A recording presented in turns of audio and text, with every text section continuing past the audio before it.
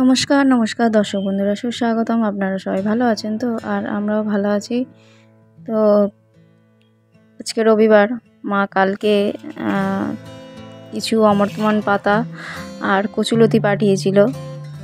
এই প্রথমবার বিয়ের পর এই অমর্তমান পাতা রান্না করব আর কচুলতি রান্না করব। তো কচুলতির রেসিপিটা অন্য আরেকদিন দেবো, ঠিক আছে? আর আজকে আপাতত এই রেসিপিটা আপনাদের জন্য রইল। তো আমি তো মানে যখন বিয়ের আগে মা তো এইসব রান্না করতো, অমর্তমান পাতা, কচু শাক, কচুলতি বিভিন্ন রকম রান্না করতো, কিন্তু বিয়ের পরে এই খাবারগুলোকে আমি প্রচুর মিস করি। তো মা আগের দিনে এই জিনিসগুলো পাঠিয়েছে আমাকে। আমি মায়ের কাছ থেকে রেসিপি জেনে, মানে মায়ের কাছ থেকেই রেসিপিটা শিখে আমি রান্নাটা করব। এটাও করব আর কচুলতিটাও করব।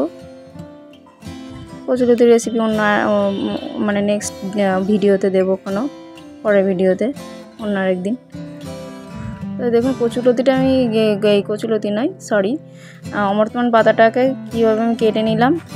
অমর্তমান পাতার যে ডান্ডি মতোটা রয়েছে ওইটা বাদ দিয়ে দেবো। আমি পাতার গায়ে যে সিডটা বেরিয়ে থাকে, উঁচু হয়ে থাকে, ওই সিডটাও আমি বাদ দিয়ে দিয়েছি। ওই সিডটা বাদ না দিলেও হতো, কিন্তু যেহেতু আমার শ্বশুরবাড়িতে এসব খাওয়ার প্রচলন নেই, কোথায় আমার শ্বশুরবাড়ির লোকেরা যেহেতু খাবে, যদি বাই চান্স তাদের গলা চুলকায় কিছু হয়, সেই জন্য আমি আর রিস্ক নিলাম না। এই অমর্তমান পাতায় সাধারণত মানে চুলকায় না, কিছু হয়ও না, আমি যতবার খেয়েছি আমার মায়ের হাতে। আর যেহেতু আমি প্রথম রান্না করবো এইবার, আর দেখুন কড়াই আমি সর্ষের তেল দিয়ে দিয়েছি, কালো জিরে ফোড়ন দিয়ে দিয়েছি, আর এবার দিয়ে দিলাম রসুন বাটা, আর একটু কাঁচা লঙ্কা চেরা লাগবে, আর একটু চিনি আর নুন। ব্যাস এইটুকু উপকরণ হলেই হয়ে যাবে অমর্তমান পাতা ভাজা।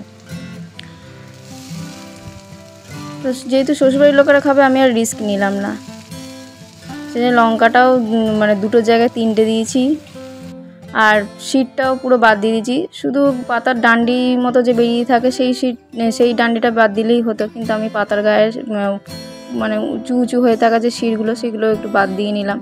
যদি বাই চান্স চুলকায় তখন আর শ্বশুরবাড়ির লোকেরা খেতে পারবে না, এটা অস্বস্তি ব্যাপার হয়ে যাবে, অস্বস্তিকর। এই অস্বস্তিকর ব্যাপারটা যাতে না হয় সেজন্য রিস্ক নিলাম না। দেখুন পাতাটা যখন আমি কোচাচ্ছিলাম তখন কতটা ছিল, এখন রান্না করতে করতে কইটুকুনি হয়ে গেল। এই কতটুকুনি পরিমাণ হলেও এইটাই একটু একটু করে যদি গরম ভাত দিয়ে খাওয়া যায়, তাতেই দারুণ লাগবে।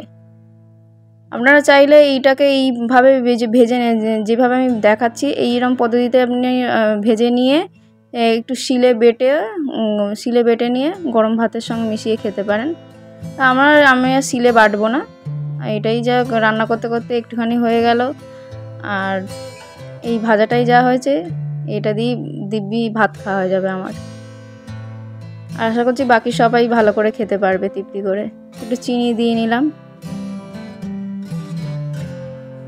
সামান্য চিনি। এই রান্নাটায় বিশেষ কিছু খাটুনি নেই, একটু নাড়তে হয় বেশি।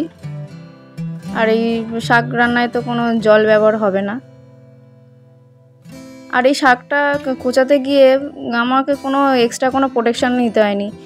অন্যান্য কচু বা মান এইসব কাটতে গেলে আপনারা অনেকেই জানেন যে একটু হাতে নুন মেখে নিতে হয়, বা লেবুর রস একটু হাতে বুলিয়ে নিতে হয়, কিন্তু সেসব কিছু আমাকে করতে লাগেইনি। আমার মাকেও দেখতাম কি ওইসব কিছুই করতো না, এমনিই কুচিয়ে ফেলতো। দেখলাম কোনো মানে চুলকায়নি, কিছুই হয়নি। যে একটা অ্যালার্জির মতো যে চুলকায় কুটকুট করে, সেই সব কিছু হয়নি, অসুবিধা। আর এখন আমি পরিমাণ মতো নুন দিয়ে নিলাম। আচ্ছা, আপনারা কারা কারা এই অমর্তমান পাতা ভাজা খেতে ভালোবাসেন কমেন্ট করে জানাবেন, আর কে কীভাবে খান সেটাও জানাবেন। কেউ যদি অন্যরকমভাবে করে খান সেই রেসিপিটাও আমাদেরকে জানাবেন। আমিও তাহলে নেক্সট বারে যখন আবার এই পাতা আনবো তখন সেইভাবে রান্না করে খেয়ে দেখব। এই বিয়ের পর এই খাবারগুলো আমি এত মিস করি যে কি বলবো আপনাদের। এই বিয়ের পর এই প্রথম এই অমর্তমান পাতা রান্না করব, আর সেটাও করা হয়েও গেল। একটু ভয়ও লাগছিল যে কীরকম কী রান্নাটা করতে পারবো তো, খেতে ভালো হবে তো। আমার বরকে দিয়ে একটু টেস্ট করিয়েছিলাম, বললো ভালো হয়েছে খেতে। ঠিক আছে একদম। এই দেখুন আমার রেডি হয়ে গেছে। নুনটা দিয়ে আমি 5 মিনিট নেড়ে নিয়েছি ভালো করে নুনটা দেওয়ার পর। ভিডিওটি কেমন লাগলো বন্ধুরা? ভিডিওটি ভালো লাগলে লাইক, কমেন্ট, শেয়ার, সাবস্ক্রাইব করবেন। Thank you.